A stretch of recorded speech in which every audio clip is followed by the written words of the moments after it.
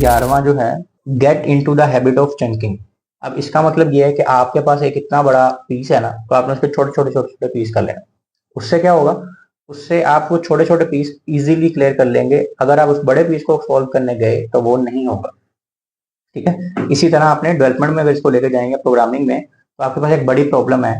ठीक है, कि सपोज करें कि आपने एक डाटा भेजा डेटाबेस को और वो वापस नहीं आ रहा, वो फेच कर रहे हैं हम, डाटा चले गया है, लेकिन फेच कर रहे हैं और फ्रंट एंड में शो कर रहे हैं, वो शो नहीं हो रहा। ठीक है, एरर्स आ रहे हैं, जो भी मसला है। तो आप उस पूरी प्रॉब्लम को पहले पार्ट्स में डिवाइड करें कि जब हम भेज रहे हैं उसको अलग कर लें।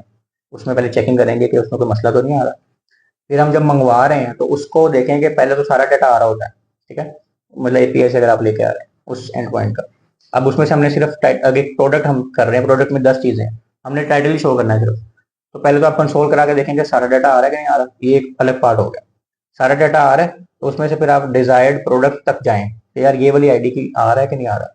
फिर उसके बाद उसका टाइटल। ठीक है, मतलब ऐसी कोई भी एग्जांपल हो सकती है, पर पार्ट्स में डिवाइड करें अपने प्रॉब्लम्स को, अपनी लर्निंग को, अपनी प्रॉब्लम्स को पार्ट्स में डिवाइड करें और फिर छोटे छोटे हिस्सों में उसको सॉल्व करें और कंप्लीटली फिर वो सॉल्व हो जाएगी।